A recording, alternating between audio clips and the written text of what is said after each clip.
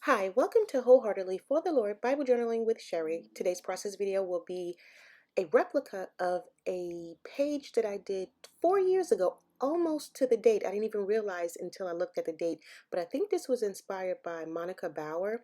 And this is when I started Bible journaling, and I had nothing but crayons and color pencils and maybe some stickers in my Cricut machine.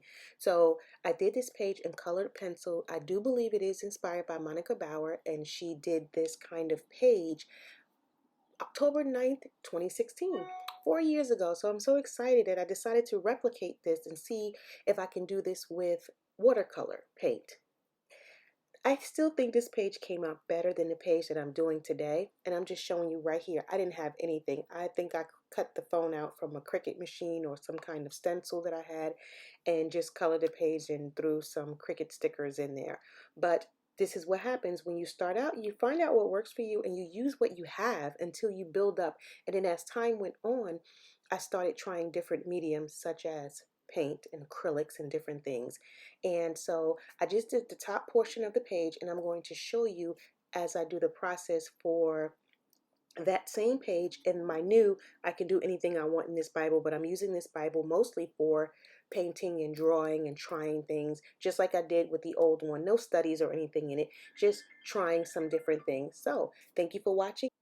And remember, if I can Bible journal, so can you. Take care. This part is pretty self-explanatory. I'm just sketching out, based on the picture from the book, I'm just sketching out the tree, some mountains, and a stream.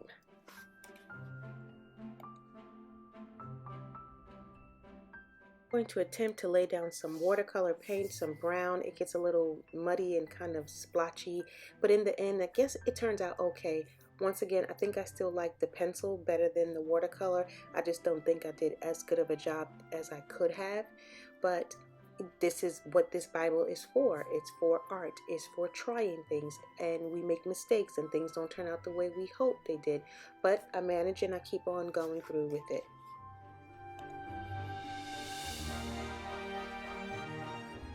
I'm also excited to introduce to you guys these acrylic painters. They're acrylic paint in the form of a marker. So I really wanted to try that with coloring different things, and I'm using this to add a little bit more contrast to the watercolor. I think that the watercolor would smudge a little bit, and it turned out to be a little too brown. I was just trying to make some branches and to have them kind of look more realistic, but oh well. Again, I tried because the watercolor was just getting too smushy and muddy like. But as I said, I just continue on with it. But I do like these markers. They're very, very intense. So I have to figure out a way to work with them and maybe possibly water them down. I don't know. But I bought them for the purpose of coloring and just trying something different. I wanted to color with a marker that didn't bleed through, so I figured acrylic paint markers would help. So we'll see that next week. Also, I just wanted to let you guys know that I am doing a collab video with 2 or 3 other ladies. We're going to do a Pinterest faith lift of a Proverbs text, and I think it's going to be a fun page. I'm interested to see how the ladies make out with theirs, and I'll be using these acrylic markers for my page, and we're just going to mimic that page and see how it turns out, and we'll be sharing that, and that'll be next Tuesday's Try It Tuesday on October 13th. In the other photo that I did, the trees, the top of the tree with the greenery, I just kind of had it monochromatic. And this time I learned over time that trees aren't just green, but they have some browns and yellows. And I think I learned that from Sandy Allnuck. So later on I try to add in some yellows and some browns and a touch of orange here and there, just to kind of give it contrast to maybe trees changing colors throughout a season.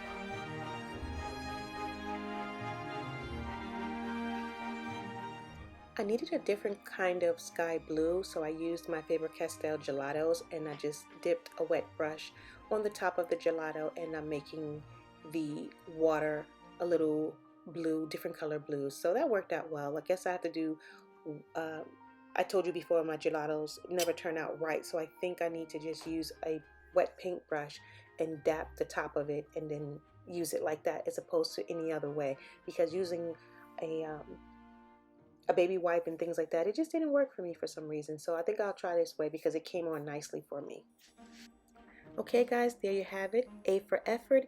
Doesn't look exactly like the other page, but that's okay. I am trying to mimic it, and I did use different type of medium, as you can see.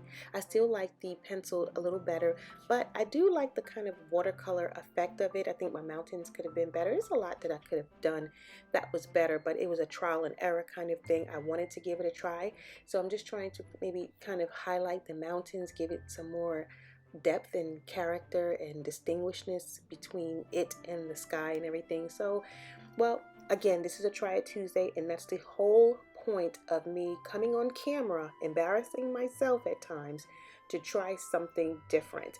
And I wanted to try something that I did years ago using a different type of medium. Thank you for your patience. Thank you for watching. And take care. And I hope you were inspired to do something in your Bible with art or some type of acrylics or something like that.